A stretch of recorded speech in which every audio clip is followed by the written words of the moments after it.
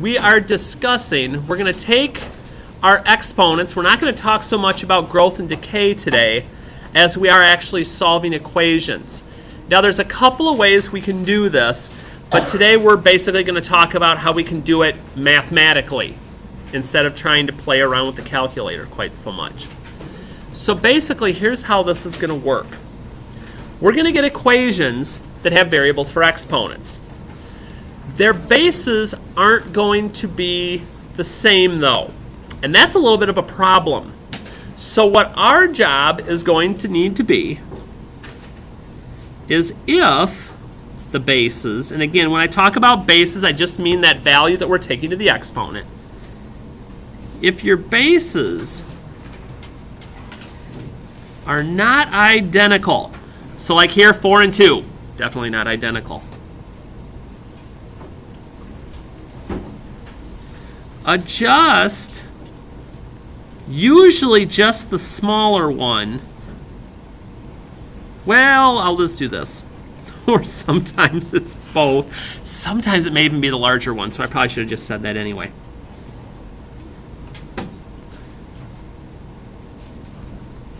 Until they are, because it can be the smaller, it can be the larger, it can be both. It depends, and this is one of those that we're going to have to kind of play with to get you there.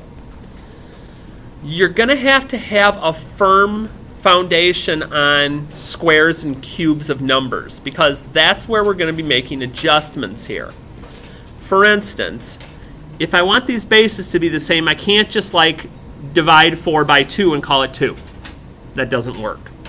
What I'm going to have to do is turn that into something that has a base of 2 that would still get me the same value. In other words, I'm going to try to give this 4 a new identity, a new disguise.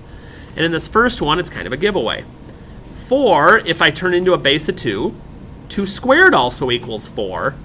But notice now my bases are the same. They're both 2's. So what I can do then, basically, is I take all of the exponent stuff on each side of my equation. I don't really worry about the bases anymore, and I just set the exponents equal to each other.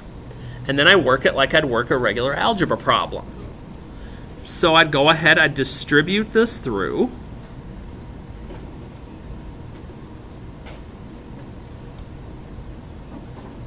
I'd subtract my x over and add my 2 and get a solution. Now the nice thing with this, just like anything else, is I can always go check my solution if I want to. I can check and say, okay, now did I really get this right, or maybe I thought I might have made an error somewhere. Well, if I want to check, I just plug in the 7 for x. So 7 minus 1 would give me 4 to the 6th power, which is a really big number.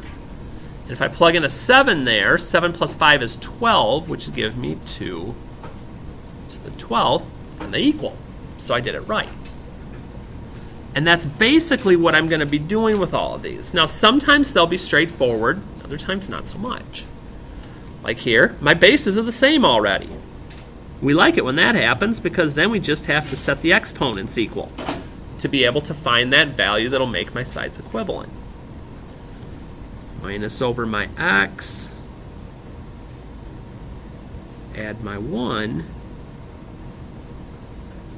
and I get my value. And again, I'm not going to force you to check, but if you ever want to, if you get a strange answer, you can, bless you, you can always plug that in and see if it works out okay.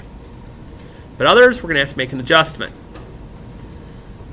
Now, why would I do this? I'm not doing the same one over. That's silliness. Why I would put the same one in there twice, I have no idea. So that one we'll go ahead and skip. Now 3. 3, we still haven't gotten into anything really different because we still have 2 and 4. These have to be the same. I can turn 4 into 2 squared. But here's the one thing I would suggest. And that is, when you have your exponents, especially when you change a base, I'd keep that in parentheses just to remind me, oh yeah, now when I go to leave my bases, this 2 will be part of what I'm equaling, but it reminds me I need to distribute that to my quantity of x plus 2 and not just make it 2x plus 2, which is really easy to do otherwise. But it's going to be all about my ability to look at a value and say, how can I change that into something that works better for the purposes that I have? And like I said, they might not always necessarily be real straightforward. You look at this and you're like, ew, what's going on here? 1/9. Now, let me think about this for a minute.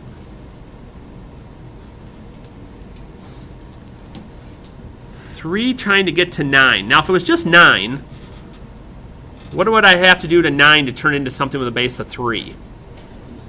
3 squared, right? So if 9 is 3 squared, how do I turn it into 1/9? How do I make it flip? Yeah, 3 to the negative 2. So if you see those fractions, you're going to need to deal with the reciprocal on that. So you're going to need to deal with a negative exponent occasionally. My bases are now the same. And I can just set the exponents equal. And you absolutely can get fractional answers. Now the nice thing with this one happens to be, if I wasn't sure and I plugged it back in, 2 times -1/2 is -1, minus 1 is -2. You're like, oh, 3 to the -2nd. Flip it, 1 over 3 to the 2nd. It's 1/9. Okay, and it makes a little more sense. Now, the ones we've done so far, I haven't had to do anything to the bases. I've had to change one base, change 1, didn't have to do anything. Ooh. Can I turn this 8 into 4 to something? No. Ooh, I might have to turn both of these into 2 to the something. 2 squared would be 4. 2 cubed would be 8. So sometimes I may have to adjust both of them. And once I do that, once those initial bases are the same, take the exponent part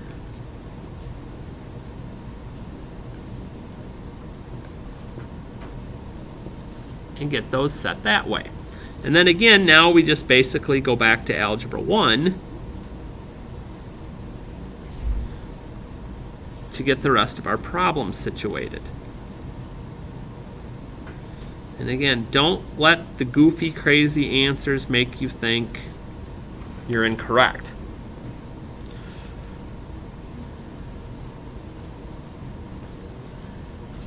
So you're like, okay, it can be neither, it can be one, it can be both. So let's see here. What about this next one?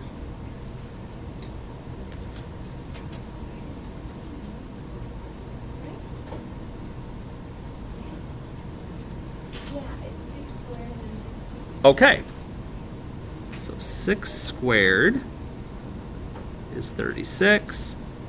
And again, why we know our squares and cubes comes in very handy here. And 6 cubed. And again, if you need to make yourself a mini chart somewhere to kind of get yourself back into gear, do whatever it is you've got to do.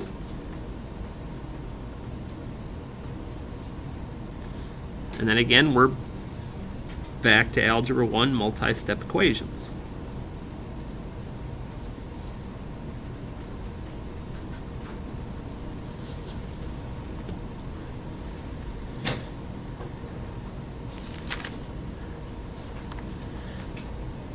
So our main focus throughout these, and I won't hit you up on every single one through the rest of these. It's like number 7's getting us back kind of like number 4. Number 8 I definitely want to hit on though. We know with the fractions there's going to be a negative exponent involved. We know that much. So for the time being, maybe I forget about the fractional part and just think about the numbers themselves. With 27 and 243, Any ideas for a new base to work with? I'm hearing 3. Let's see here. 3 to what power gets me to 27? Third, so I know it's a fraction, so it's negative. Okay. What about to get to 243? Fifth. Which again, it'll be negative since I want the fraction. So I might even have to do that on both of these. And again, it'll be a negative 3 that you distribute through.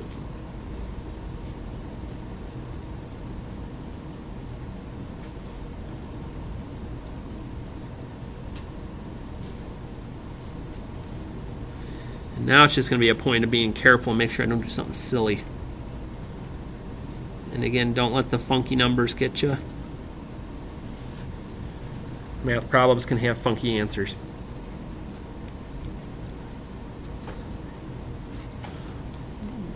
One last one down here. I want to jump over to 10. Might be some possibilities running here. Not your prototypical numbers, though. Before I ask for any base ideas, remember, typically on these, your bases are going to be really small numbers with exponents. So make it kind of large here. Anybody found any success yet? 2, I'm hearing. 2 to what power gets me to 32? 5. And what about to 128? 7.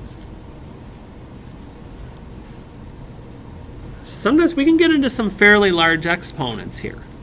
And if you want to go ahead and distribute for your first step, instead of having to rewrite the 5 and rewrite the 7 here, that's okay.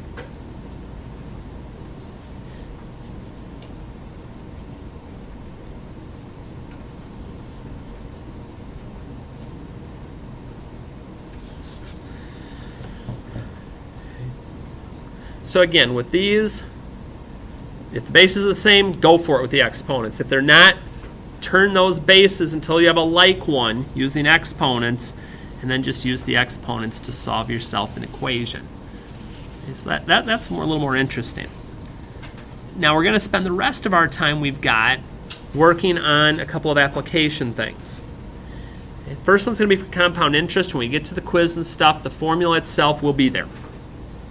So P is going to be my principal, not the guys in the office. Okay, how much money I'm starting with. R is going to be the annual interest percentage, but it needs to be written as a decimal, because if I forget that part, I'm going to be thinking I'm getting a lot more interest than I actually am. N is the number of times interest is compounded each year. Now here's one place where I want to add a little something to the bottom here. Compounded each year. I'm going to put some of the words you're going to run into down here and what their N value would be, because that's how many times they happen in a single year. Annually happens once. Duh, it happens once a year. Semi-annually happens twice a year. And the rest, I think, are going to be fairly commonsensical here. Monthly happens 12 times. Quarterly happens 4. And, of course, daily, when we're racking up the big bucks, it compounds 365 times during the year. You would think that it makes great things happen, but it doesn't really. And then T is going to be our time in years. And sometimes that can change to other values as well. So what we're going to do is we're actually going to use this to find some values. Definitely want a calculator for this, because otherwise this can get to be a bit tedious on the brain here. And as long as we keep everything in check, we should be good. So I get ready to flip over here, and I will flip back in a bit because I've got this on a card too if you need it. One thing I want you to add when you look at the formula for this is that NT exponent up there please put that in parentheses, because if you're putting this in the calculator and you forget that, you're going to get a ridiculously large amount, which is going to make no sense whatsoever. So like here, okay, my principal would be 1,000, my beginning value. 1 plus, what's 4.5% as a decimal? 0.045. And then since it says it's compounded annually, my end value is 1. And I'm basically just following the pattern. And then it says my exponent is going to be n times t. And since it's 5 years, that's my t value. Once I have it set up, I'm going to let the calculator do the heavy lifting here. And I just want to make sure I type it exactly the way I see it. Watch your decimal points on your percentage. Don't put in extra sets of parentheses where you don't need them.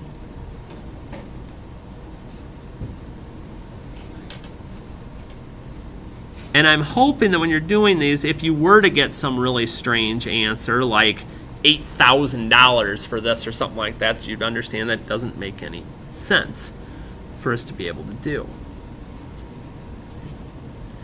And I'm not going to do a ton of these either, because again, we're basically just plugging into the formula. So let's hit one more up here. We'll do number 12. And again, it's just your initial value or your principal. Turn your percentage into a decimal. And watch out that end value changes on these. Monthly, it happens 12 times a year. And then it's n times t for my exponent, so 12 times 10. And if you want to go ahead and just multiply that out right away, you can.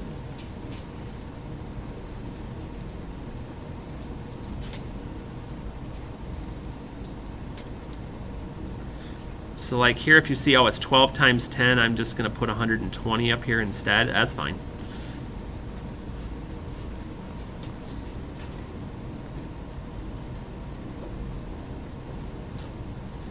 And you can start figuring out how much money that you're going to have. The important thing is just to make sure that you're setting that up, especially with the end value that you're working with. Now, they may not always be directly in that form. You may have something that makes you think a little bit more, like 15.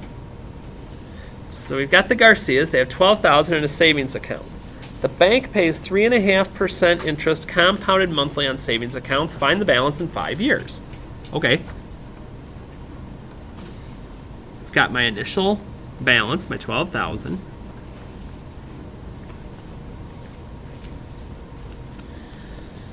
So then my formula is 1 plus my rate.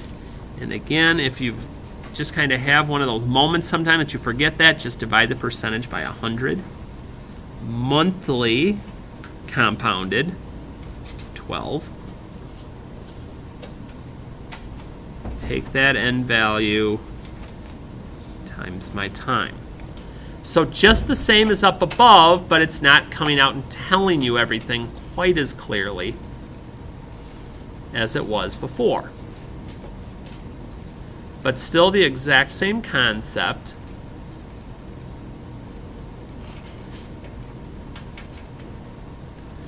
And again, a fairly sensible answer. Makes me think that we're looking pretty good on this one.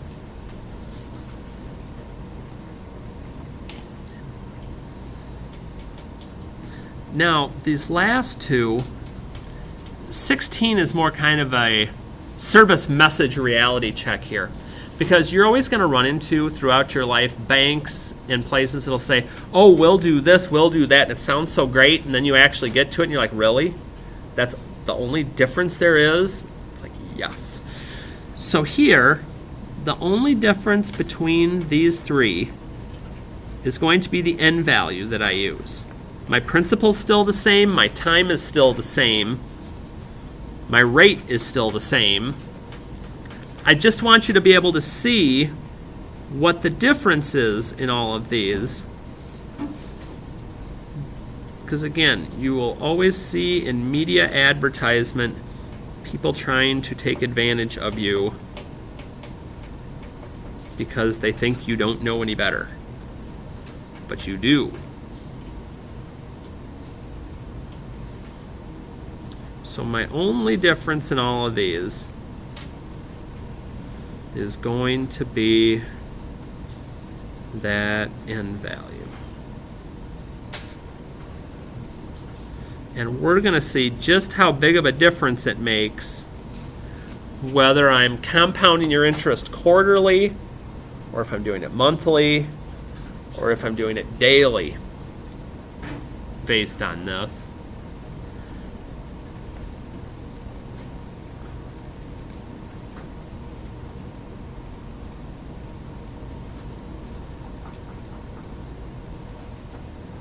Oops, what did I do? I did something silly already. Oops, I forgot to divide by my 12. Back up.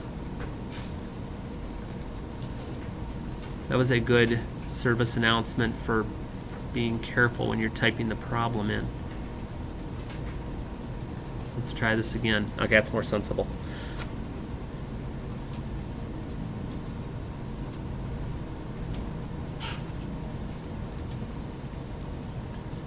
So you're like, okay, well, you're just getting yours done monthly. I mean, quarterly. I get mine done monthly.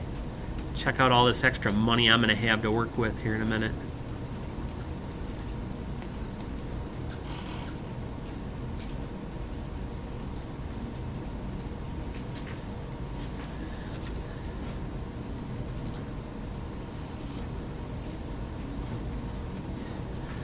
Now, it's not going to make you a millionaire, but hey, you can go out for an extra meal on that one. Let's check out our bank account that does daily. We might be able to get up to like going to dinner and a movie here.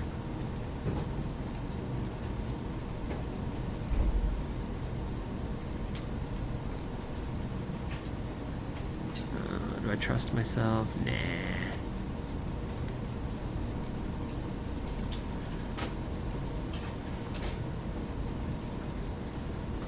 About $50 extra? Yeah, I can go to a nice place for that.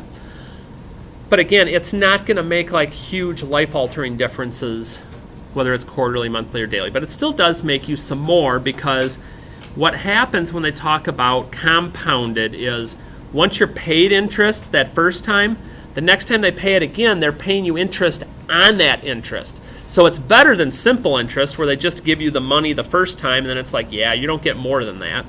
So it does work better. It's just nothing's going to be super. But now we get this last one to try and bring it together. If you invest $50,000 in a high-interest account that earns interest in an effective rate of 3.8% per year compounded daily, how many years will it take to double? Okay. Initially, my equation would be my initial amount, 1 plus my rate compounded daily, so my n's 365. How many years will it take to double? So I don't know what that is yet. Here's where I'm going to use something a little different that we haven't done yet. I'm going to use the graphing function for this. Now, I'm not necessarily going to look at the picture, because if I try to on this, I think we're going to be a little surprised to see that we're not going to see anything. I could just play guess and check, but who wants to spend all their time playing guess and check? So I make sure I've typed everything in correctly, so this looks like it'll make some sense here.